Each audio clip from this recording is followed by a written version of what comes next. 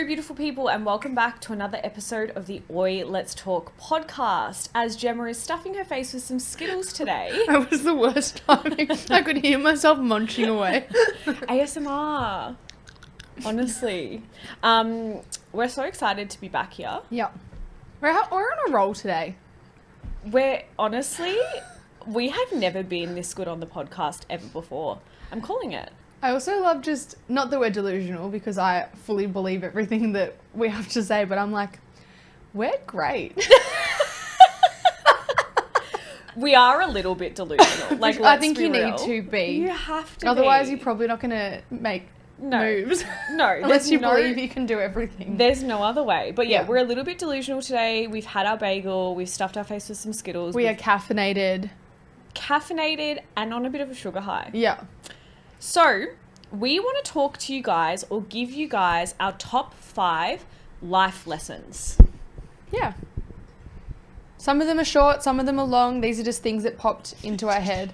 I'm a bit afraid of what I've just done. I thought it would come up higher, but I've just dropped it. It's fine, guys. Yeah, Everything's I think they fine. can still hear you. Surely. Hopefully. Hopefully.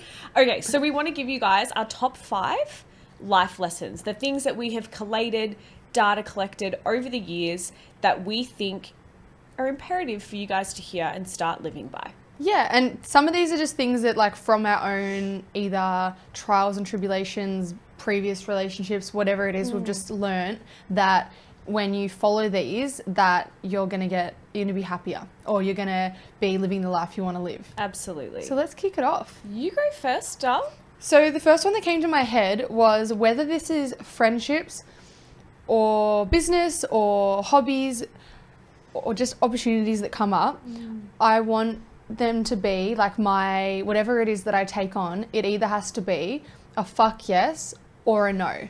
And the no doesn't have to be bad. It could just be that I don't have the capacity to take it on at the moment. Something that I've done previously when I was younger was, in a typical people-pleasing fashion, just saying yes to everything, even if it doesn't 100%, like I don't have the time, or It doesn't align. or it doesn't feel 100%. Yeah. So something that I've definitely done in the last few years is it's either yes, like I can't wait, and then I'll be able to give myself to something with a lot more intensity and like passion and drive, or it's just no, and I don't feel bad about saying no.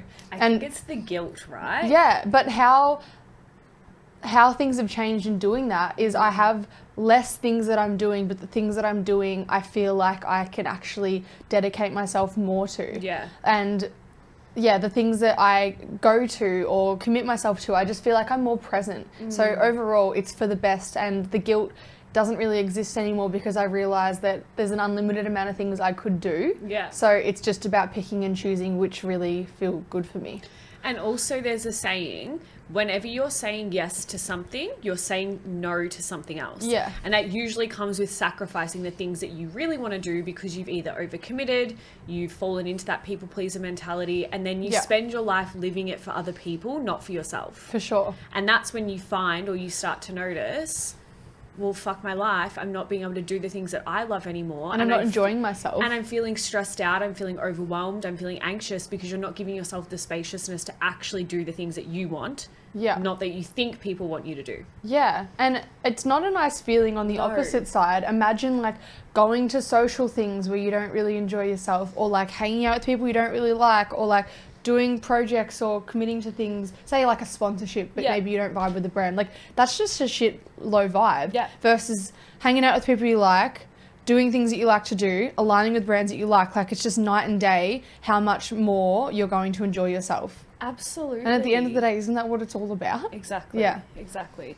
And obviously there are things in life where like you just have to bin and bear it. You're right. Grin and bear it. There we go. And just go to things and say yes to things that you don't always necessarily feel 100% good about. Like, it's given in life. Yeah. But if you can spend majority of your life having that full body fuck yes. Yeah. Or full body fuck no. Yeah. Your intuition and your gut's going to tell you what's right or wrong straight away. 100%. And into my second point is trusting your gut. Yes. So if I've like just something feels off, whether it be like I've met someone, or whether it be like an opportunity arises. It can just be the timing. It can be I'm just sensing a shit vibe, or whatever it is. I'm getting a lot better at just trusting that, and that could just be withdrawing my energy from that situation. It could just be putting my guard up a little bit because something's telling me not to trust a certain whatever it is. I'm just getting a lot better, and it honestly hasn't let me down. It might take a bit of time for me to realize, oh, that's why I felt that way, but honestly, I was going to say most of the time, but every time I felt that way, there's been a reason for me feeling that way. And really, your gut feelings are your guardian angels.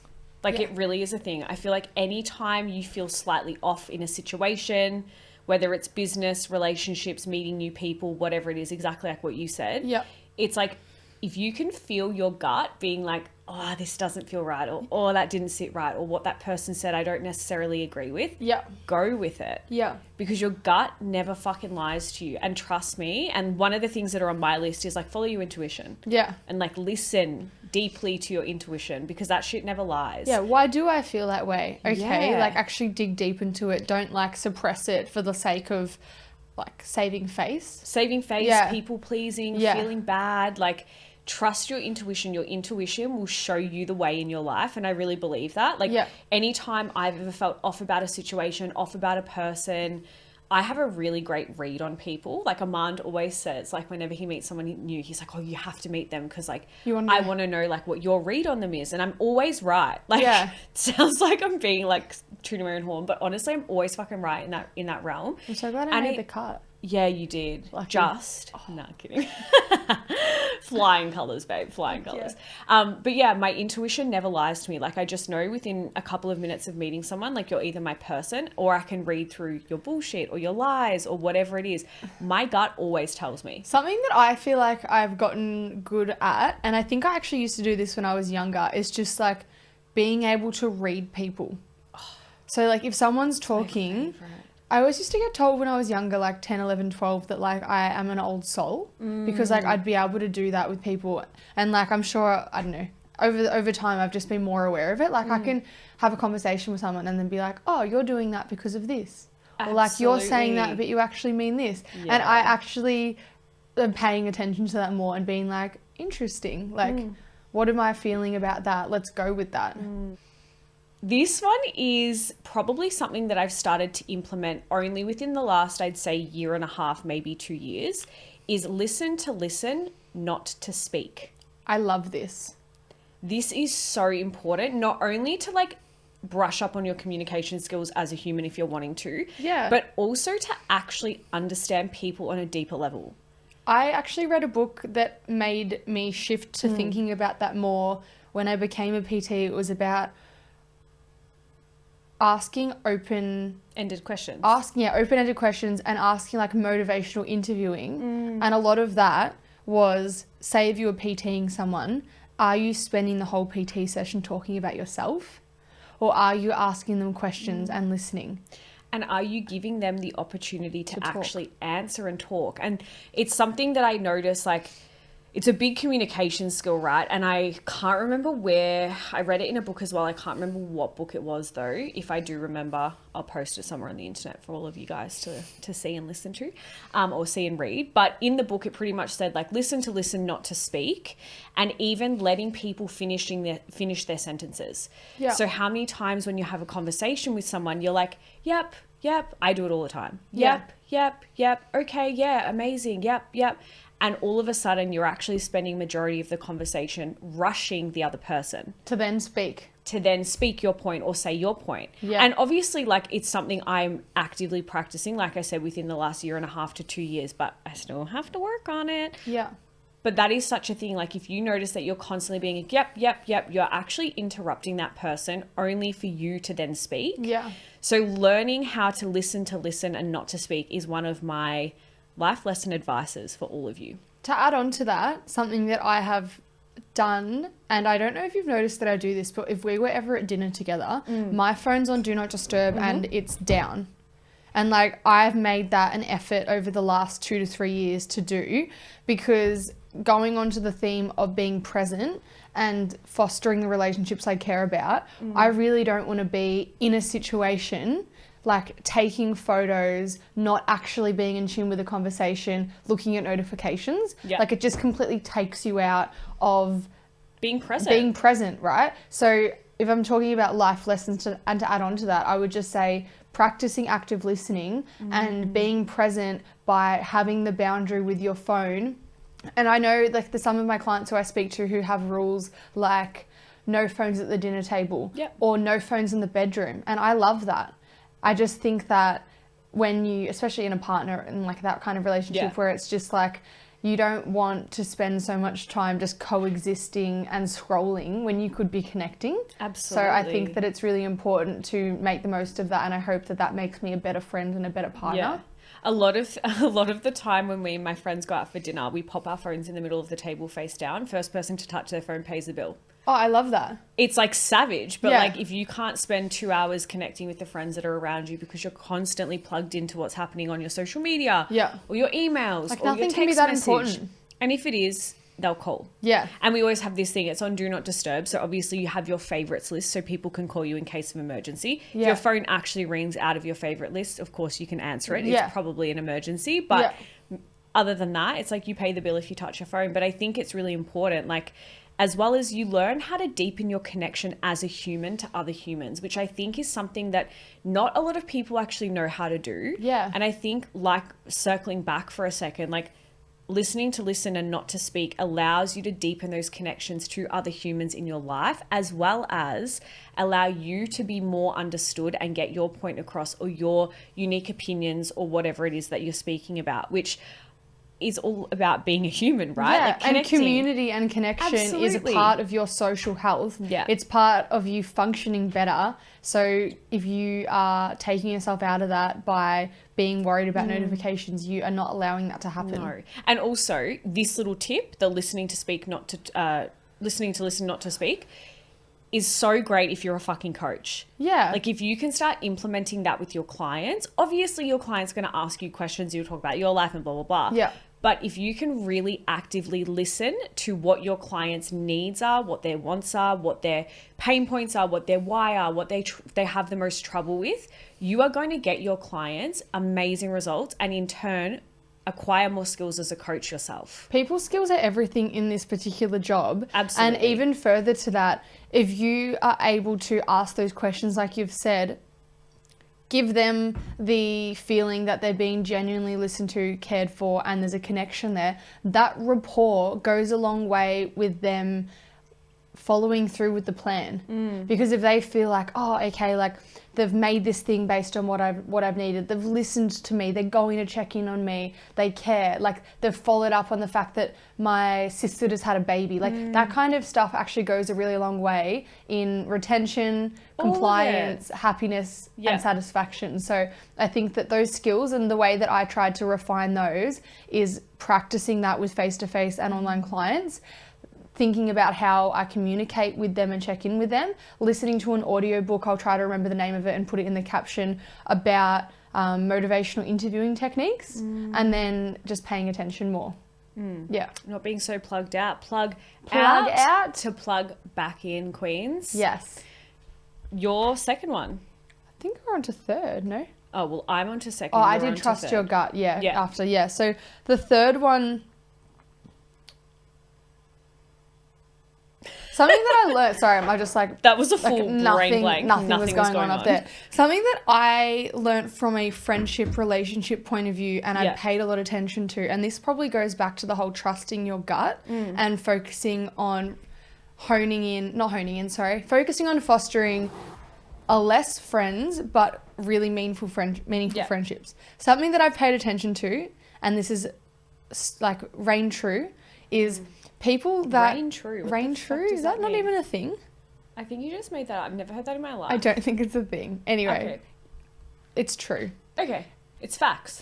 We'll just say that. Is if you come across like just like maybe it's like superficial friendships, like someone that you just kind of meet, you're not really close with, but those kinds of people, I've gotten the vibe, if I'm not really, really close to them, but they spend a lot of time talking to you about other people... I'm really confident that they also spend time talking to other people about you. If your friend is talking shit about somebody else, they are talking shit about And you if they as are well. comfortable to talk, Done. Like, no, but I just feel like something that I've just picked up on, and like which relationships I think I spend, the people that I spend time with don't do that, is what I'm saying. But it's just like, if you just be mindful of the people you're letting into your circle, and just clue in on the fact that if the people that you're letting into your circle are really negative and spending a lot of time, like constant, not just like they've had a shit time and they need a vent, but like constantly talking about other people and it's petty things, there's a really high chance that they're doing the same thing about you. So just be aware of that and have your guard up, and then just think about how that might impact the kinds of conversations. Is it a really productive friendship? Probably not. And also as well, like, do you want to be associated with that person? And No. that probably sounds a little bit harsh, but when you think about it, it's like, you know, if everyone knew that Gemma was shit talking everyone she came across, which she would never do, by association, I'm now going to be known as a person who does the exact same thing as that, which might not actually be truth or my truth at all. But by association, like, do you want to be known as the person that facilitates those conversations, that, you know, puts up with somebody who is talking shit about somebody else, or potentially them now looking at you being like, oh, well, you know, she's friends with that person and they always do X, Y, and Z. It's not a very nice place to be. And on the flip side, because I have had connections before which are just like overly negative, always having something negative to say about other people, like people that know that you're connected to them may also assume that you're like that when you're not. Yes. So just, again, thinking about friendships, being aware of who you're letting in your inner circle, just be mindful of how those relationships can actually impact you negatively, and have a boundary up of not letting that happen. Yeah. What was your next one? And also, like, calling shit out when you see it. Like, I've gotten better at that. I used to be very mute. I didn't know, because I hate conflict. I don't like conflict. I don't think anybody likes conflict, and I'm not a confrontational person, but I just don't have a filter. So, like, even with you, like, if you do something that's annoying, I'm like, Gemma, pay attention. We're doing this. And you're like, oh, fuck. And you do the same with me. 100%. And it's the same in conversations with, if someone's talking shit about somebody or someone's being really negative about something that is just like draining my energy. I'm just going to call it how I see it. Like, have you spoken to that person about it? Or have you potentially tried to look at it from a different point of view? I just don't have the time for it. No. It's either we're talking about dogs, business, fun memes, shit, or I don't want to be a part of it. Okay, my second life lesson for all of you listening at home is take risks. You can't just be stealing mine. Well, I've got it tattooed on my ankles, don't I? You do, mate. But take risks. If you are young, you have no kids, no responsibilities, now is the perfect time in your life to do the fucking things that you said you were going to do. If you can start looking at life as... Actually, let me backpedal for a second. Off you go. If you speak to anyone over the age of 50 or 60, they will all say, take risks in life when you're young. You have the least to lose. And I know that it is scary, and there's lots of stories. There's lots of what if stories that we tell ourselves. There's lots of limiting beliefs, imposter syndromes. The list goes on. I just punched the microphone again. It's because I talk with my hands so much. But I know that all of these things go on. But if you can really quieten that noise of being fearful, afraid of judgment, afraid of whatever limiting belief that you have, and just start taking risks in your life, like if it's starting a new business, if it's quitting your fucking job that you hate, you always set the standard, and taking the risk to be able to elevate the standard in your life. If you are on the fence, fucking do it. And I think something that I've spoken about in previous episodes, and this will go back to just my experience with my dad, who's someone who is, 60 and then finds out he's going to pass away. The same themes go over. I wish I traveled more. I wanted to do more, this, that. And we never know when our time is up. I don't want to dwell on that too much, but it's a common theme that I'll always come back to. Is life is short, and if there is something you really want to do and you can find a way to shift your life around to support that, do it. Because you don't want to look back and be like, oh, I really wish I lived abroad, or I really wish I did another, like I studied a different thing. Like if you have the privilege of being able to make those decisions, then do them, because there's so much good to come from it and very little drawback. And I think one more thing on the taking risk side is like, who's telling you you can't do it? Like 9 times out of 10, somebody in your life, unless somebody is not so nice to you. Yeah. Majority of people that are directly in your life are probably not standing there telling you directly to your face, you can actually not do that. There's no possible way. Yeah. The person that's telling you that you can't do that is a limiting belief, a fear, or a little voice inside your head. Yeah. If you can learn to move through that Yeah. and actually just start taking life by the fucking balls, you can do whatever you want. And the reason I'm so passionate about this is because we've done that. Yeah. Like, we have actually built a life where we are happy majority of the time. Yeah. We have freedom. We're doing what we want to do. We have financial security. Yeah. We have great relationships. We have great partners. We're doing all of the things that we've said we were going to do because at one point we decided to take a risk and no longer let our fears or people around us tell us that we can't do something. And if a reason that you're not, say, joining the gym or trying a new sport or doing a new Quitting hobby your job or quitting your job Yeah. or traveling, or posting on social media, if the reason that you're not doing these things is you're worried that you're going to be judged, I'm going to let you in on a hot tip, and it is the fact that no matter what you do, you're probably going to be judged. People already fucking hate you. Yeah, and it's like, when you realize that, it's like kind of like freeing, right? Because it actually doesn't matter. Like, if I go to the gym or I don't go to the gym, there's probably going to be someone out there who's just not going to like it no matter what happens. Absolutely. And I just bring it back to happy people don't spend time shit talking other people. Like, they're not actually caring. So whenever there is that worry of judgment, it's like, okay, the judgment's probably always going to be there, but it's like you decide whether or not that actually impacts you or not. And it shouldn't, because it's just noise. Who gives a fuck? Like, literally, there's people right now in your life that already fucking hate you, that probably talk shit about you, that probably send your social media things to your friends and fucking laugh about it. And does that pay my bills? No. Probably, because it gives me engagement. So I actually don't care. Goodbye. Actually, thank you. Yeah, thanks so much. 100%. And also the same people probably in 5 years' time will be like, how'd you do that?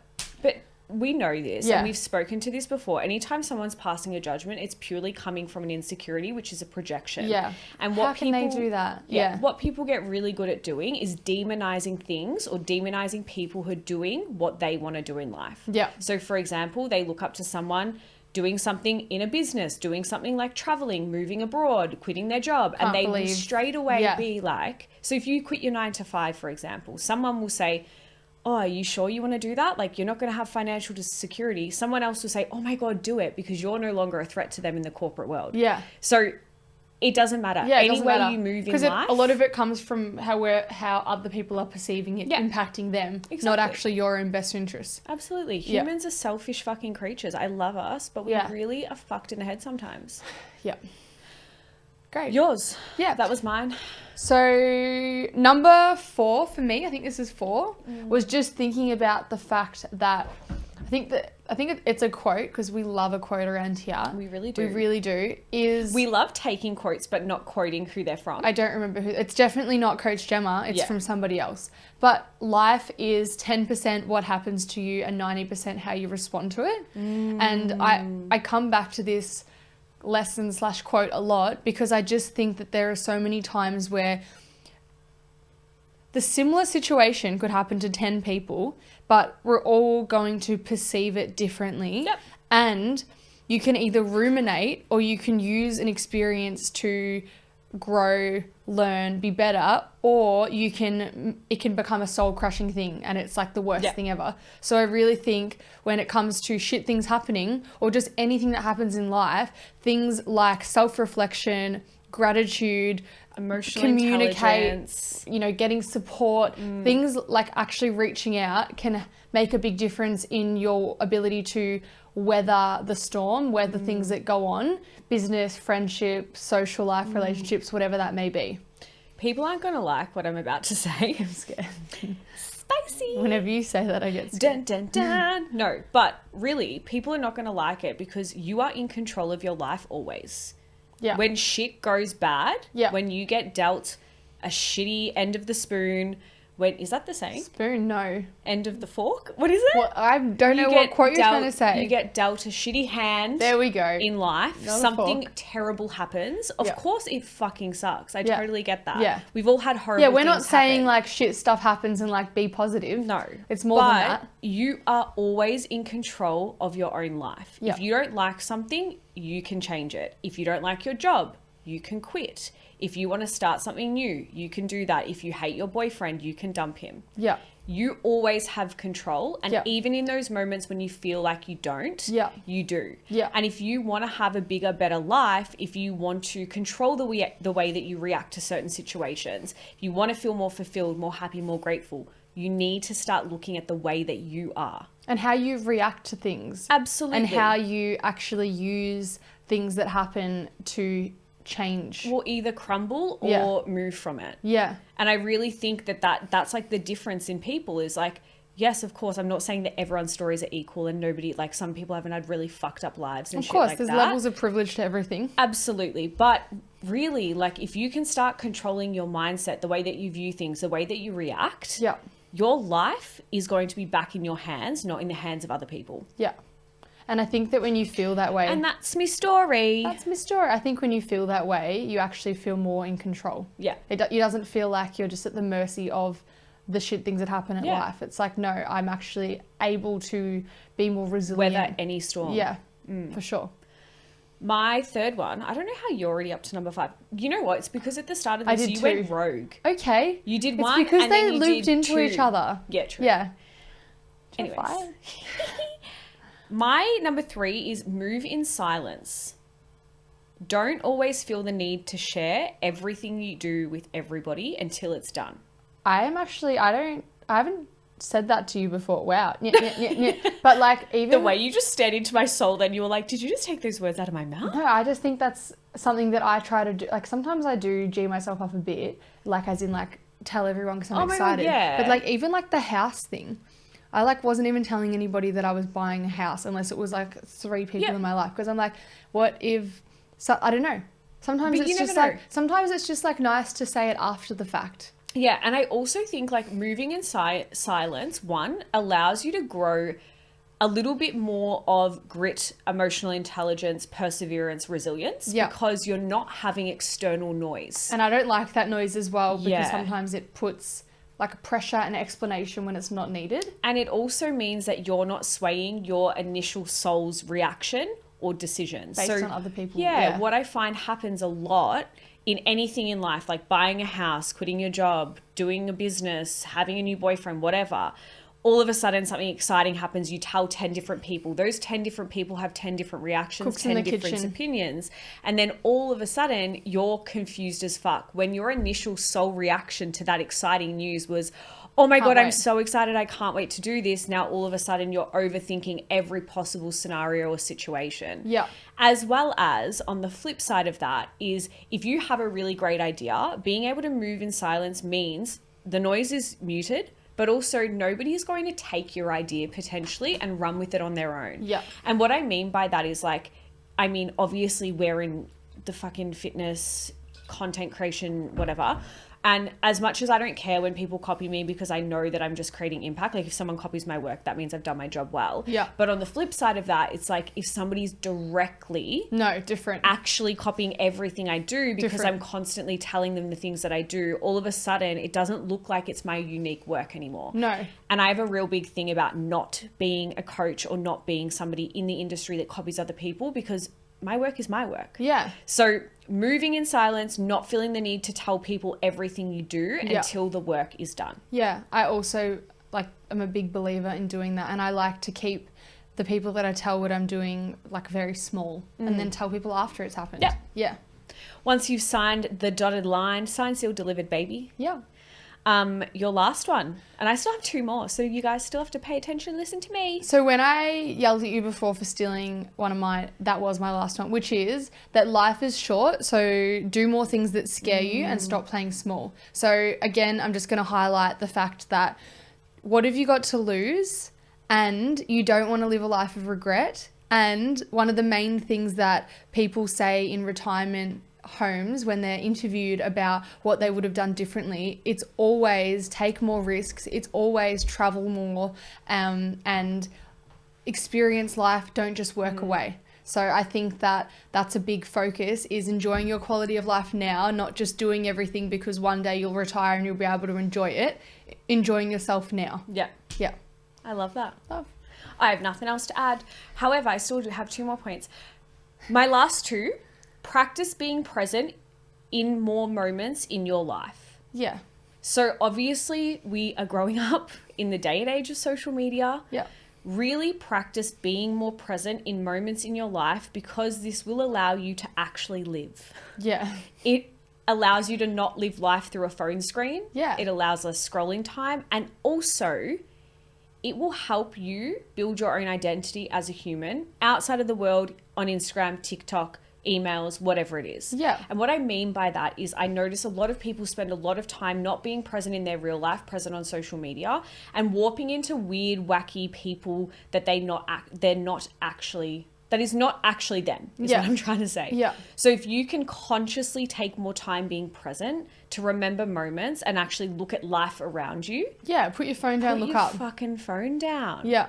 Or look up, or you'll get hit by a bus. Isn't that the saying? I think so. Or did I just make that up? Sure. You got a lot before there was I don't hands know. and spoons. I'm like literally the queen of analogies and just making up absolute fucking weird sayings. But it makes sense, right? It makes sense.